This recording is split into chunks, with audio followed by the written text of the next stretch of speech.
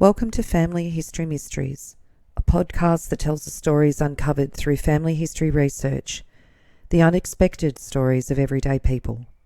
I am an avid family historian who has been compiling my family tree for over 15 years, with nearly 20,000 people recorded in my trees. And please put a review on my podcast. That will certainly help in getting the word out there and creating more listenership. Episode 227, Lord Bertie. Montague Charles Burney was born in Hampshire, England in September 1852, but his birth date changed even up until 1860, with every charge he had in Australia. He was the son of Henry Charles Burney, Esquire, LLD. His father got an honorary degree and a Doctor of Law. He was also a JP, and they lived at Holywell House.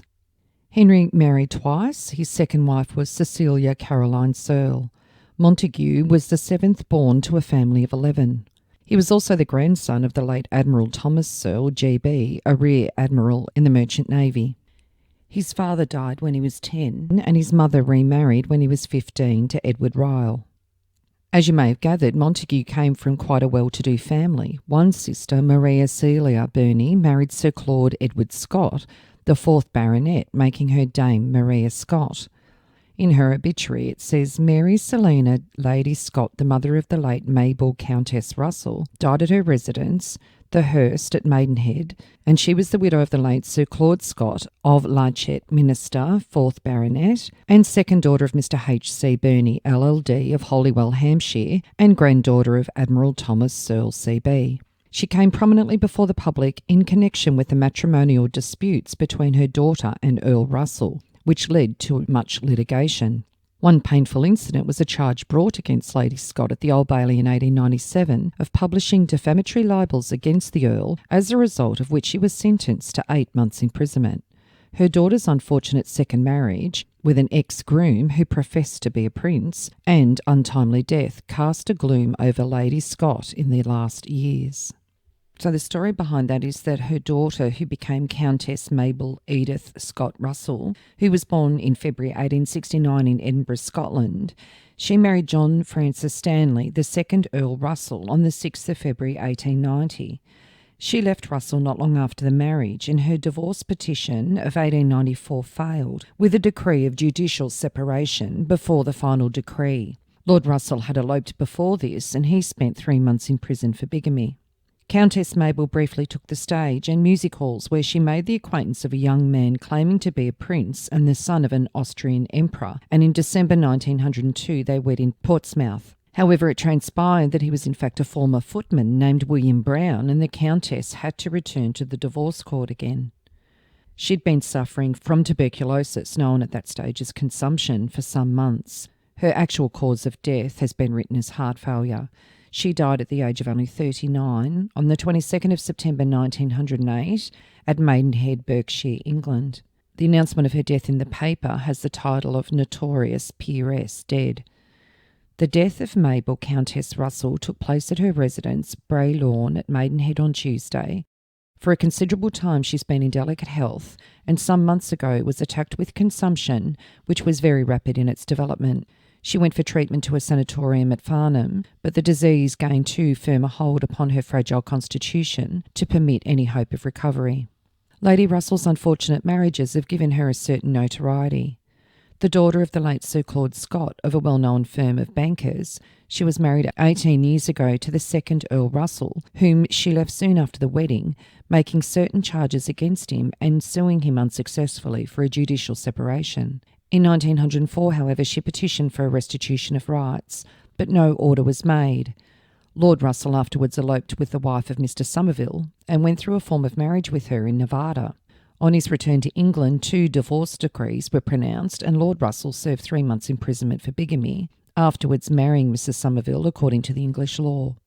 Lady Russell, who in the meantime had made an appearance at the music halls as a singer and dancer, made the acquaintance of a young man who described himself as Prince Ethelbald Stuart de Modena and as a son of the Emperor of Austria. In December 1902, the Prince and Mabel, Countess Russell, were quietly married at Portsmouth. Immediately afterwards, the Countess learnt that her husband was William Brown, an ex-footman. He was sentenced to 2 days' imprisonment for making a false declaration for the registrar, but the couple lived together for some months until Brown's cruelty and infidelity brought the Countess again to the divorce court for relief. The last news of Prince Athribald was his sentence to 6 months hard labour for swindling in Toronto. And you'll soon discover that this is a very interesting occurrence within Montague's family, considering that his niece was the victim of a similar situation to what he in fact styled himself as in Australia. Another sister, Cecilia Charlotte Burney, married Army Captain Oswald William Every. Another sister, Kate, married Lieutenant Colonel Alexander Finlay. She assisted in a gravestone for her brother William in Australia. Montague was charged with forgery and received an 18-month sentence in London on the 8th of April 1872 at the age of 20. He also went under the name Arthur Sidney Burney. So it states that Montague Charles Burney pleaded guilty to feloniously forging and uttering 2 orders for the payment of 25 shillings and 150 shillings with intent to defraud. He received 18 months imprisonment. Once he came out to Australia, he had a range of aliases: George Bertie, Lord Bertie, Captain Scott, George Burney, Monty Burney, Montague Burney and George St Leonards, as well as Major Seabright, Lord Beresford, Dudley Westcarth, Hobart Scott and Lord Carrington. He had a range of charges across 3 states of Australia for forgery, false representation and larceny from the mid-1880s until the turn of the century. In his New South Wales jail record, he stated he arrived in Australia in 1886 on the Orizaba or Origaba. However, other records stated it was on the Hampshire or the Colonies, depending on which jail record you read. Again, depending on the record, he stated he was a clerk, a labourer, a gentleman or a soldier. It seems that his first misdemeanor in Australia was in February 1886, where he stole a horse, a saddle and a bridle, and he received 9 months hard labour. He was tried in Sydney. On the 9th of December 1885 in the Sydney Evening News, alleged horse stealing. In the Central Police Court yesterday, Monty Burney was charged with having stolen a horse, saddle and bridle, valued at £20. Constable Draper heard that the defendant was trying to sell a horse in Heaver's Sale Yards, Castlereagh Street. When charged, he said that he bought the horse from his brother, who keeps a poultry farm in Botany. He subsequently said that he jumped on the horse in Lime Street and rode him away and asked the constable to make it light for him. William Service, hay and corn dealer in Burton Street, said that he left his horse tied up at the wharf. He had not seen it again until he saw it at the police station. Mr. Heaver said that the defendant brought the horse to the livery stables and offered to sell it to him for £6. He was committed for trial, bail being allowed in £100 and 2 sureties of £50 each. In the Sydney Globe on the 3rd of February 1886. Horse stealing. A respectably dressed man named Monty Burney, a seaman, was charged with stealing a horse, saddle and bridle, the property of Mr. William Service, hay and corn merchant. He pleaded not guilty. Mr. Phillips defended the prisoner, and it appears that on the 3rd of December Mr. Service had business which took him to the Victoria Wharf in Lime Street. He alighted, tied his horse up to a dray on the opposite side of the street between 11 and 12, and he was absent only 15 minutes when upon returning he found his horse had disappeared. He did not again see his horse until he was sent for at the Central Police Court. In the meantime, the accused had ridden the horse to the yard of Mrs. Heaver's, livery stable keeper at Castlereagh Street, where he offered it for sale to young Heaver's, first making £15 and then £6 for it, stating he would give £1 commission if a sale was effected at once. The suspicions of Mrs. Heaver's being aroused by him being unable to pay for fee that he'd ordered for the horse, she sent for the police. Detective Draper arrested this prisoner in Heaver's yard, who in answer to the charge said he brought the horse from his brother, Mr. Grundy of West Botany, who kept a poultry farm. Inquiries instituted by the police proved this statement to be false, and he afterwards gave the name of Burney.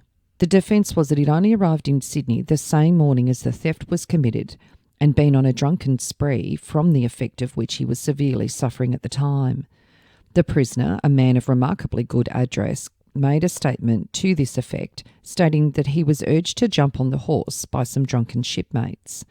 The jury, without retiring, returned a verdict of guilty with a strong recommendation to mercy, which His Honour heartily concurred, and the sentence the prisoner received was 9 months hard labour in Parramatta Jail. It seems not long after he was released on the 23rd of November 1886 in the Melbourne Argus. An impudent impersonation. Detective Griffin on Monday arrested Montague Burney, aged 32, on a charge of having attempted to obtain a diamond ring at the value of £12 and 10 shillings from Mr. T. Way, jeweller of Bourke Street East, by means of a valueless cheque. The accused stated he was a major in the Indian Army, enjoying his furlough in 3 colonies. After selecting a ring from amongst a number shown to him in Mr. Way's shop, he tendered in payment a cheque signed Carrington and said that he was Lord Carrington.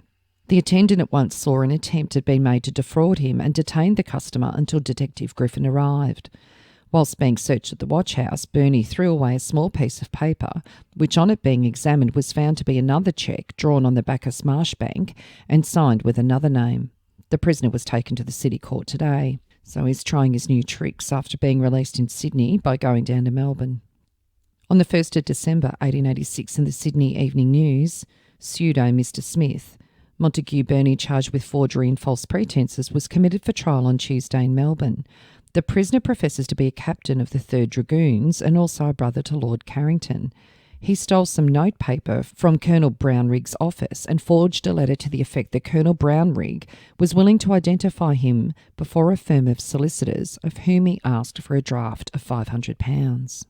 And on the 1st of December 1886 in the Ballarat Star, Mr. Montague Burney, the impersonator of Lord Carrington, was today committed for trial on several charges of obtaining goods from tradesmen on valueless cheques. Amongst the victims was Mr. J. Duffy, of Duffy and Wilkinson solicitors, who advanced the aristocrat accused £2 on the strength of his assertion that he was entitled to £5,000 out of his father's estate in England. One feature of the proceedings was that the accused was charged with forging, as a means of establishing his identity, a letter from Lieutenant Colonel Brownrigg addressed to Captain Burney, 3rd Dragoon Guards, which runs as follows. My dear Burney, I am delighted at your arrival here. I'm awfully sorry I was out when you called. Any time tomorrow. I will call on Duffy and Wilkinson solicitors in regards to your identification. Believe me, yours faithfully, C.B. Brownrigg, Colonel. This was written on official paper obtained, it was said, from the headquarters office while the accused was waiting to see Major Fellows. Colonel Brownrigg testified the letter was a forgery. And on the 2nd of December 1886 in the Upper Murray Emitter Herald, an aristocratic-looking cuss giving the name of Montague Burney appeared at the City Court a day or two ago on charges of obtaining goods by means of a valueless cheque. What a lot these valueless cheques have to answer for. There was a gracious condescension and easy affability about the young man that marked him at once as a true gentleman. Mr. Wade, the jeweller, could see that at once, and he did see it too and admired it accordingly.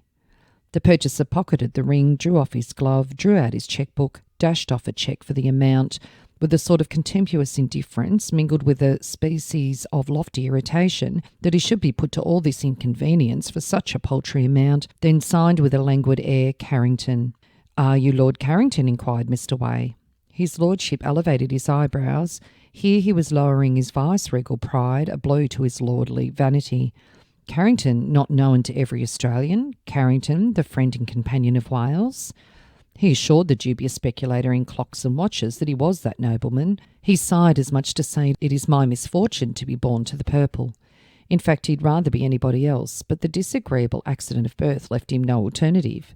These common tradesmen in a low democratic community have plebeian instincts, one of which is suspicion, the offspring of vulgarity. Mr. Way doubted his lordship's word, sent for Detective Griffin, and his lordship was marched off to the quad. The fellow, who very much resembles a New South Wales governor, was up last week for drunkenness. He was then a major in the Indian Army over here on furlough. He's an aristocratic-looking scamp and therefore a dangerous character among a certain class of tradesmen. And then on the 3rd of December 1886 in the Express and Telegraph and Adelaide paper. A good deal of merriment prevailed in the City Police Court today, says the Melbourne Daily Telegraph. During the examination of Montague Burney, the Major of Dragoons, in inverted commas, who was arrested the other day on charges of victimising several people in the city. He is a youngish man of a rather presentable appearance. He was undefended and had little or nothing to say. The charges against him were endeavouring to obtain goods by means of a valueless cheque from Mr. Way, jeweller of Bourke Street, endeavouring to impose on Mr. George Crabe, a draper in Bourke Street, by means of a valueless cheque, obtaining goods and money from Ferguson and Mitchell by means of a valueless cheque, and forging the name of Lieutenant Colonel Brownrigg of the military forces with intent to defraud.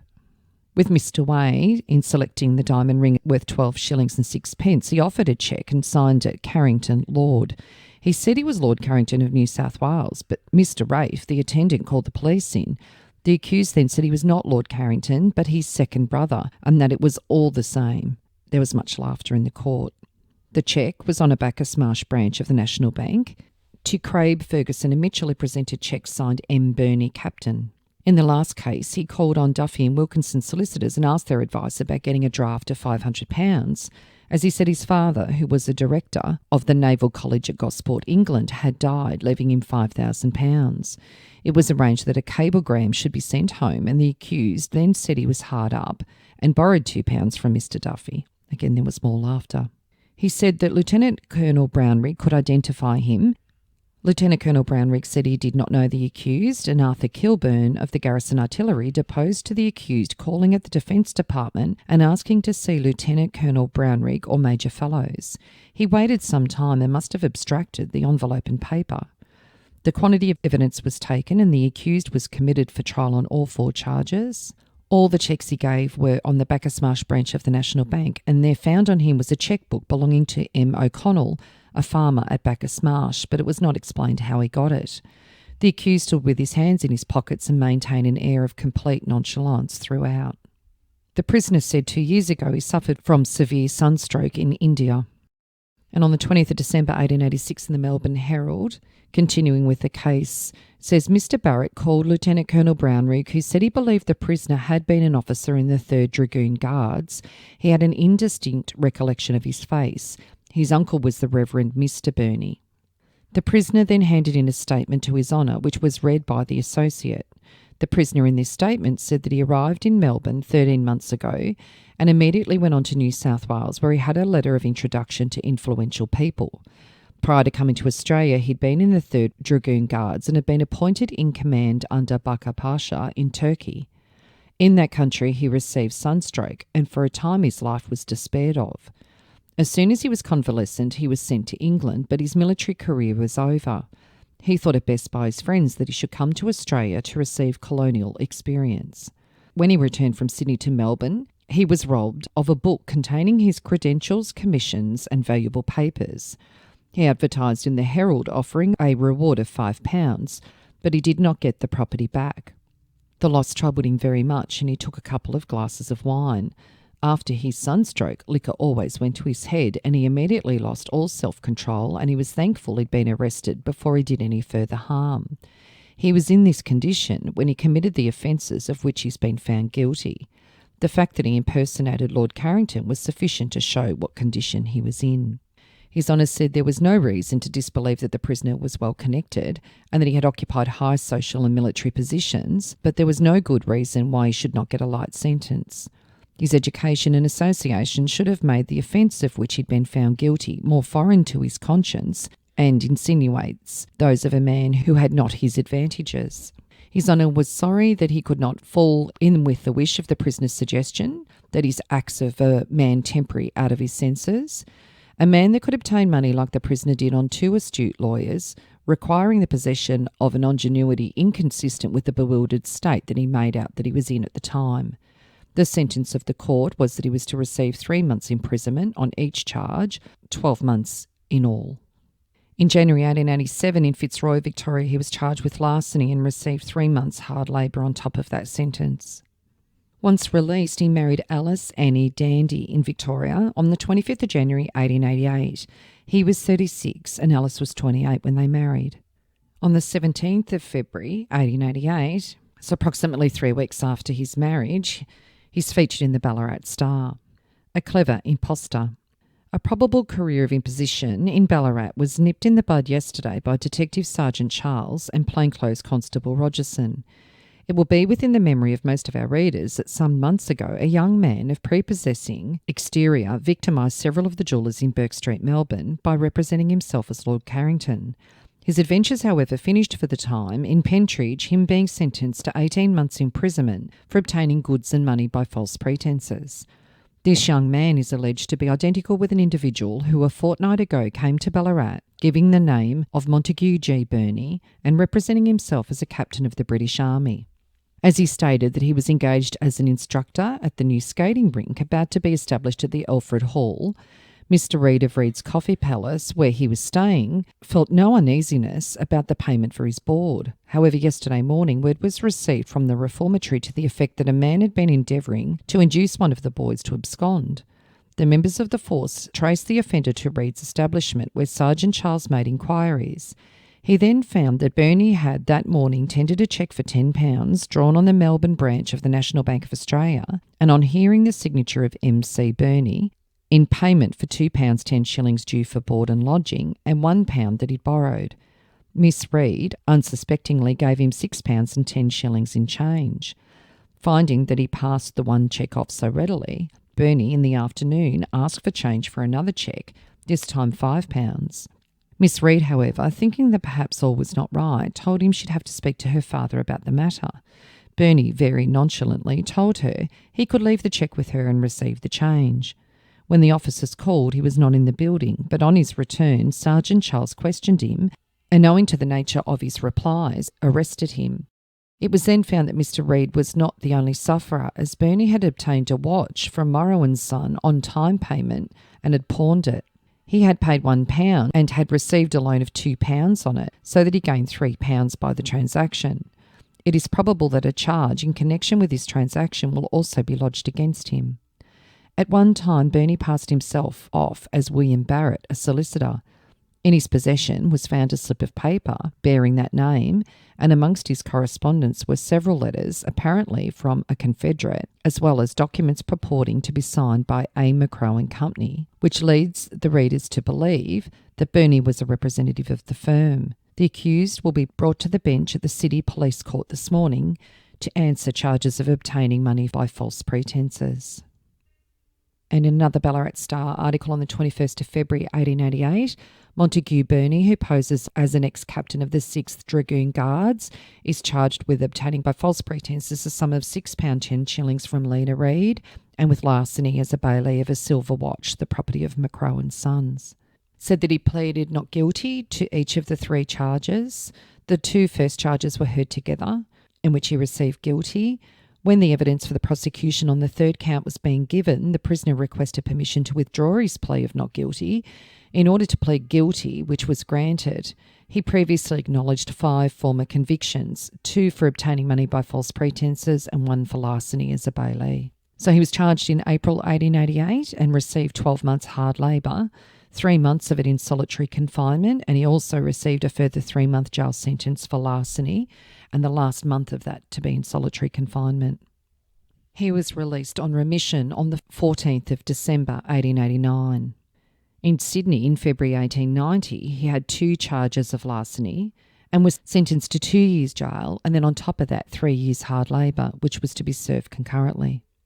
On the 29th of October 1892 in the Melbourne Argus, alleged false pretences. An aristocratic-looking young man named George Bertie, or Montague Burney, but often self-styled as Lord George Bertie, was arrested on board the SS Rodondo by Detectives Ward, Coleman and Roach when that vessel arrived from Sydney yesterday at 2 o'clock. The accused is charged with obtaining a gold watch and chain and a diamond ring to the value of £100 by false pretences from Hardy Brothers in Sydney, and he'll be called upon to meet the charge on Friday next at the City Court. When searched at the watch house, a letter purporting to be written to him by Captain Cholmondeley, aide-de-camp to Lord Jersey, Governor of New South Wales, was found in his pocket. It contained an intimation that the application for a loan of £10 would not be entertained. And on the 17th of November 1892, in the Wagga Wagga Advertiser, at the police court in Sydney on Tuesday, George Bertie, alias Lord Bertie, alias Captain Scott, was committed for trial on a charge of obtaining jewellery to the value of £78 12 shillings by means of a valueless cheque. The accused went into Hardy Brothers, one of the largest jewellery establishments in Sydney, and on his representation that he was a guest at Government House, was allowed to select jewellery to the value of £78 and 12 shillings. He took the jewellery with him and left as payment a valueless cheque. The accused was arrested in Melbourne on the eve of the Melbourne Cup. He admitted his guilt but suggested to the arresting detectives that they might have allowed him to see the Melbourne Cup. He's previously been convicted of similar offences. And interesting how he's using the surname Scott, taking advantage of his brother-in-law's name, I would assume. It says that he admitted to the charge, and on the 4th of November, he said he hid the ring in his mouth for 3 days behind his tooth. Detective Roach had known him as Lord St Leonard's. So he again tried to petition this sentence by saying that he had received sunstroke. And on the 5th of December 1892, he was jailed for 3 years hard labour for false pretences, and this time served his time at Maitland Jail. The article on his sentence was in the Sydney Evening News on the 13th of December 1892. Lord Bertie sentenced. At the quarter sessions on Monday, George Bertie, alias Lord Bertie, alias Colonel Burney, and Lord St Leonard's, pled guilty last week to a charge of false pretences by obtaining jewellery from Hardy and Company by means of a valueless cheque. While in Sydney, he stayed at one of the largest and most expensive hotels in the city, and sometimes posed as Colonel Burney, late of the 3rd Dragoon Guards, and at others as an ex-naval officer. He also led people to believe that he was connected with the vice-regal establishment here. As may be readily understood, inquiry proved all these representations to be utterly false. On the other hand, he's known to the police here under a number of aliases, and it's probable that some interesting particulars may be forthcoming when the case is brought on for hearing. In appearance, the fictitious lord is tall and muscular, with a heavy moustache and rather thin features. He's always dressed in a most stylish manner, and when arrested on the steamer, had a very extensive wardrobe with him. He also had that other very necessary qualification for his calling, that is, a most glib and polished tongue. His Honour, Judge Backhouse, in passing sentence, said the prisoner had raised the same defence every time he'd come before the court. There was no doubt his friends in England had treated him badly, but if they were willing to come forward and enter into substantial recognisances that he should never come to the colony again, he would recommend to the Minister of Justice to sanction his discharge before the period of his sentence had expired. The sentence of the court was 3 years hard labour, with the prisoner to be allowed to communicate with his friends. The judge also added, by representing himself as the individuals mentioned, as well as other well-known persons, Bertie ingratiated himself into Government House and other high-class circles, and on the strength of this was able to carry on a system of victimising. He'd already been several times convicted for similar offences. And there's a little addition to the article saying that at the quarter sessions today, the sentence of 3 years hard labour yesterday passed on George Bertie was altered to 3 years penal servitude. In the Sydney Morning Herald on the 27th of May 1893, Burney versus Burney. Mr Roberts appeared for the petitioner Alice Ann Burney. There was no appearance for the respondent Montague Charles Burney. There was a suit for divorce on the grounds of desertion, that the respondent had undergone frequent convictions for crime and had been sentenced in the aggregate to 3 years imprisonment. The parties were married in Melbourne on the 25th of January 1888. Shortly after the marriage, the respondent left his wife, and the next she heard of him, he was in Ballarat, where he was sentenced to a term of imprisonment. When he came out of jail, the petitioner and the respondent came to New South Wales, and the respondent received many sentences of imprisonment in this colony. In 1890, the respondent received a sentence of 3 years imprisonment. He had not supported the petitioner since he married her. The respondent, who was known as George Bertie or Lord St Leonard's, had received sentences in this colony amounting in aggregate to 9 years. The decree nisi was issued to be made absolute in 3 months. Then on the 28th of June 1895, in the Melbourne Argus, a resourceful adventurer travelling on noble names. The bench at the City Court had before them yesterday a rogue and a vagabond, a most accomplished adventurer, and one whose record is a romance of crime. What his real name is, the police do not know, though through their acquaintance with him it has extended over years. He's been variously known as George Bertie, Lord Bertie, Montague Burney, Captain Scott, Captain R. Poole, Lord Beresford, Lord St Leonard's and Major Seabright, and his choice of name was determined by the company he happened to be in. Years ago, he was a corporal in the 6th Dragoon Guards and was stationed in India. His connection with the Dragoons terminated dramatically. A little matter of forgery and the acquisition of 100,000 rupees, together with the assumption of the title of Lord Beresford, determined it, and he was drummed out of the regiment and furnished with an armed escort to prison, where he served 3 years. He came to Victoria in 1885 or 1886 and soon made the acquaintance of police. Under several aristocratic aliases, he committed forgeries and frauds, and in 1886 was convicted on 2 charges. In 1887 he went a step lower, and he was imprisoned for common theft. In 1888 he paid Ballarat a visit and was arrested on 2 charges of false pretences. He next went to Sydney and served a term of imprisonment for larceny. Fresh from the Sydney jail, he went to Adelaide and thence came to Melbourne. He was put up at the Paddington Hotel, Little Collins Street, and gave the name of Captain Reginald Scott. He represented himself as a successful speculator in the Western Australian mines. But Mr Calhoun, the licensee, was too wary to be trapped, and a cheque for £10 was presented and was not cashed until inquiries were made, which proved it valueless. The Menzies Hotel was next visited, and the adventurer there styled himself as Major Seabright and passed himself off as the aide-de-camp to Lord Kintore and the presumptive aide-de-camp to his successor, Lord Thomas Baxton. Mrs Seabright and the luggage were to arrive later. In the meantime, any parcels that might be left were to be taken to his suite of rooms. He refreshed himself and went out for a walk when a coat belonging to Mr Chirnside was missed.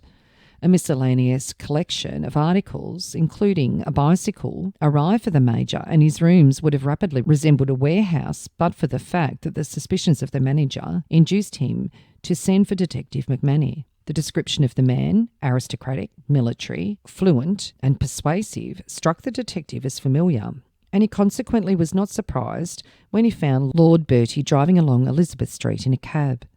An interview followed during which the man confessed everything. He had just purchased a bicycle with a valueless cheque for £30 from Scott and Morton of Elizabeth Street and was going to the Scotch College grounds to learn to ride. Lord Brassey and Sir Thomas Buxton were both bicyclists, he explained, and it would be necessary therefore for him to learn to ride. He had endeavoured to impose upon Mr Carnegie to the extent of £6 for a musical box, but his multiplicity of names tripped him. He was a successful West Australian on the first visit and a Governor's ADC on his second.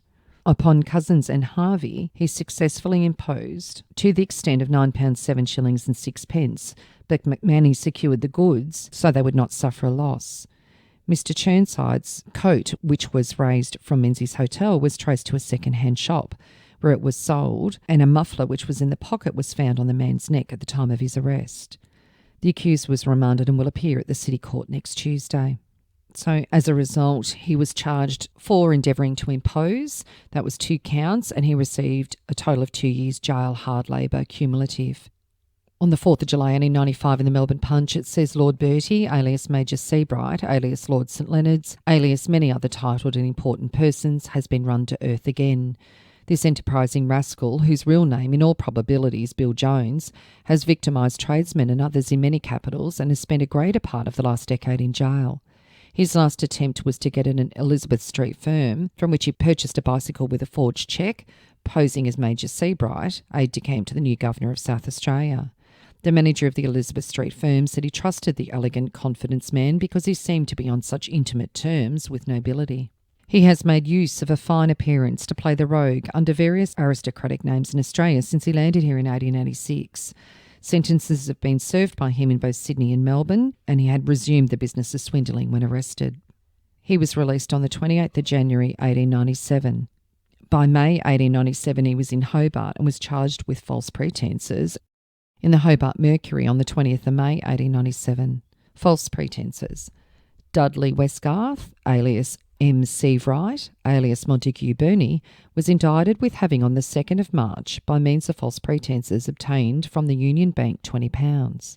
The prisoner, who was known to the Victorian Police under more than one alias, succeeded, by false pretences, in cashing a cheque at the Union Bank, drawing it from the Commercial Bank. He also made an effort to manoeuvre the manager of the Commercial Bank over a draft on his London agents. Detective Guthrie of the Melbourne Police gave the prisoner's character, he having been convicted of fraud in Victoria. He was found guilty and sentenced to 21 months. Then on the 5th of August 1898 in Queenstown, Tasmania, he was charged with false pretences and given 6 months' jail. In the Hobart Mercury, Montague Burney, alias Lord Bertie, for passing a valueless cheque, was sentenced to 6 months' imprisonment in Hobart. And Mr George Neal writes in regards to the statement made by Montague Burney in the Queenstown Police Court. This man did not call daily at the hospital, and he was in no way connected with me in any business or otherwise. I have discussed since leaving the hospital that several people have been victimised by this man using my name without the slightest authority. In the Hobart, Tasmanian News on the 9th of February 1899, an accomplished swindler, Dudley Westgarth, was arraigned on a charge of having imposed on George G. Lawton, proprietor of the Metropolitan Hotel in Murray Street, by means of false pretences. He pled guilty. Superintendent Pedder stated that on the 7th, Westgarth went to the Metropolitan Hotel and represented himself to the landlord that he was Captain Burney, recently appointed to the Defence Force of New Zealand, and that he was a friend of Colonel Buckley. Under these circumstances, he was allowed to be put up at the hotel. During the accused's sojourn in the city, now about 2 years, he had, unfortunately for himself, never been out of trouble. Complaints were made of the continual false representations made by the accused. He had no means whatever. Westgarth appealed to be let off. If discharged, he'd leave Tasmania and get away from his present unhappy life. He was a marked man in Tasmania, and if allowed to go elsewhere, he would be able to obtain employment and commence a fresh career. He had never asked for a chance before and always stood his punishment like a man. The police magistrate and the bench were very sorry to see a man like the accused before them. His superior education and gentlemanly address only facilitated him on imposing on people. It was the duty of the court to protect the public from the tactics of such an accomplished swindler, and he'd be sentenced to 2 years' imprisonment.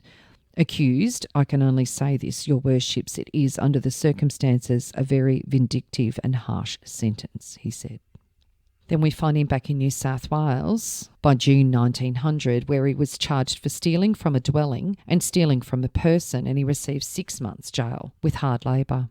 The details of that on the 1st of May 1900 in the Sydney Daily Telegraph. A bushman in trouble. At the Newcastle Police Court yesterday, George Burgess, alias Bertie, alias Burney, alias Lord St Leonards, 40, and William Goodlad Burney, aged 50, were charged with having at Newcastle on the 17th of April stolen in the dwelling house of John McLean a mackintosh, a lady's companion, a sack coat and a fancy cap valued at £6, the property of John McLean. Both the accused gave their occupations as soldiers and they appeared in the dock. Burgess in the uniform of a bushman's contingent and Burney in a khaki military outfit. It was alleged that Burgess, who'd been employed as a porter for Mr McLean at the Victoria Theatre Hotel, stole the articles named and gave them to Burney to pawn. The latter raised a loan of 12 shillings at Green's pawn shop. Detective McHatey arrested Burgess on the steamer bound for Sydney, and Constable Bulmer took Burney into custody. Burgess gave evidence in which he admitted to have taken the articles but absolved his brother from any guilty knowledge in the matter. For such Burney proved to be. In answer to Sub-Inspector Hines, who prosecuted, the accused further admitted having been in trouble before. He had, he said, been passed as a member of the bushman's contingent but was unlucky enough to be rejected at the final selection. Burney was discharged and Burgess was committed to take trial at the forthcoming quarter sessions. And on the 9th of May 1900 in the Sydney Morning Herald, George Burgess, alias Burney, alias Bertie, alias Lord St Leonards, 40, described as a soldier, appeared to answer the charge of having stolen from James Ferguson a silver watch and gold albert valued at £2, the property of Marson Ferguson. The evidence tended to show that the accused accompanied the prosecutor to witness the departure of the bushman's contingent for South Africa on the date mentioned, and that the prosecutor lost the property named, which was pawned by the accused. The accused was committed to take trial at the next sittings of the Newcastle Quarter Sessions in June. Bail was allowed. And on the 5th of June 1900, in the Newcastle Morning Herald and Miners' Advocate, stealing in a dwelling, a notorious man convicted. Montague Charles Burney, wearing clothes with a striking resemblance to a military uniform, was presented on a charge of stealing in the dwelling house of John McLean, licensee of the Victoria Theatre Hotel, property to the value of £6. The accused was engaged as a porter at the hotel on the 9th of April and remained there a week and 4 days, leaving at his own accord. The articles produced had been hanging in the passage upstairs and were missed between the 16th and 19th of April. The accused was arrested on board the steamer Newcastle by Detective McHatey. He denied the theft, but when he saw the namesake of his in charge of Constable Bulmer at the lockup, he said, "I will take the whole responsibility of this. I took the property and gave it to Burney to pawn. He's innocent of the stealing." Constable Balmer's man replied, "Yes, I am innocent. When I pawned the articles, I believe they were his." Both McLean and McHattie admitted that the accused had been drinking. Mary Ann Morris, a married woman living in Brown Street, said the articles were brought to her house by the accused.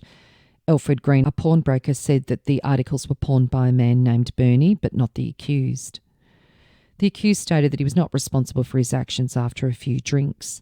He was injured in the head in the Afghan campaign while serving in the Imperial 6th Dragoons and had received sunstroke.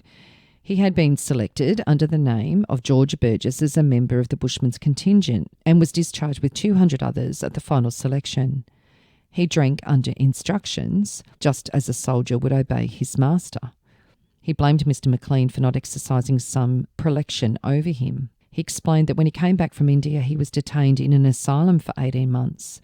Since leaving the asylum, he has had attacks of insanity at intervals. He must have been insane when he took the articles. When he took them, he would have had no knowledge of doing wrong. He did not remember taking them, but when told that it was possible that he took them, he at once pleaded guilty to the charge. Now he would alter the plea to not guilty because he had no intent to do wrong when he took the articles. Through pleading guilty in Sydney in 1890, he'd been sentenced by Judge Gibson to 2 years and 3 years concurrent. He had been examined by a medical board, and upon their report, Judge Gibson would have discharged him but for his pleading guilty. Mr. Dawson asked, "After you served your 1890 sentence, you went to Melbourne?" He said, "Yes." "You visited Pentridge there?" "Yes." "More than once?" "I did 2 periods of 12 months for each imposition due to insanity." "Where did you go next?" He said, "To Hobart." "Were you an earl or a lord there?" He said, "A lord. I went under the name of Lord St. Leonard's and afterwards as Lord Bertie." "Were you sent to jail in Hobart?" "Yes, I was ordered 21 months' jail for false pretences." Then on the 7th of June 1900, in the Sydney Morning Herald, Charles Montague Burney, alias George Burgess, alias Lord St. Leonard's, who's been found guilty of stolen goods to the value of £5 from the Victoria Theatre Hotel, was sentenced to 6 months' imprisonment with hard labour. In his jail record at that time, it said that he had 11 previous convictions. Then on the 23rd of June 1900 in the Hobart Mercury, Dudley Westgarth, with half a dozen aristocratic aliases, came to Tasmania in April 1897. He'd served sentences amounting to 8 years and 9 months in Darlinghurst and 4 years and 6 months in Pentridge. On the 18th of May 1897, he was sentenced to 21 months for fraud and released by remission on the 17th of June 1898, being granted 8 months. He was at large until the 5th of August, when he was sentenced by a West Coast bench to 6 months for false pretences, then released. 5 days afterwards, he received a sentence of 2 years, again for false pretences in Hobart Court. He made the Campbell Street jail too hot for him, so that he was compelled to be treated separately, and eventually in February last he was removed to Launceston, where he once again was released on the 2nd of March, receiving another remission of 11 months and 21 days. And interestingly, you would have noticed that I didn't give a death date for Montague, as after his last offence in 1900, he vanished into thin air. And a little on his brother, William Goodlad Burney. He was born in 1849 in Droxford, Hampshire, England, so was older than Montague. On the 11th of September 1901 in the Sydney Evening News, at the police court yesterday, William Goodlad Burney, on remand, was charged with maliciously shooting at Walter Howard Jones at Emu Plains on the 2nd of September with intent to do grievous bodily harm. Constable McLean gave evidence as to the accused's arrest at the Grand Hotel in Lawson. When arrested, he had a revolver in his pocket, which he said he carried for self-protection. When charged with the shooting at Jones, he said he fired 2 or 3 shots at a dog. The accused was committed to take his trial at the next Parramatta Quarter Sessions, bail being allowed, the accused in £80 and 2 sureties of £40 or one in £80. And then 2 years later, on the 7th of August 1903, in the Melbourne Herald, struggle in a train.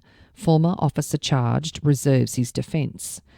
At Ballarat on Friday, William Goodlad Burney, formerly a British Army officer, but who is now living in retirement on a pension, was charged at the Town Court today with inflicting grievous bodily harm on Charles Henry Diamond on Friday.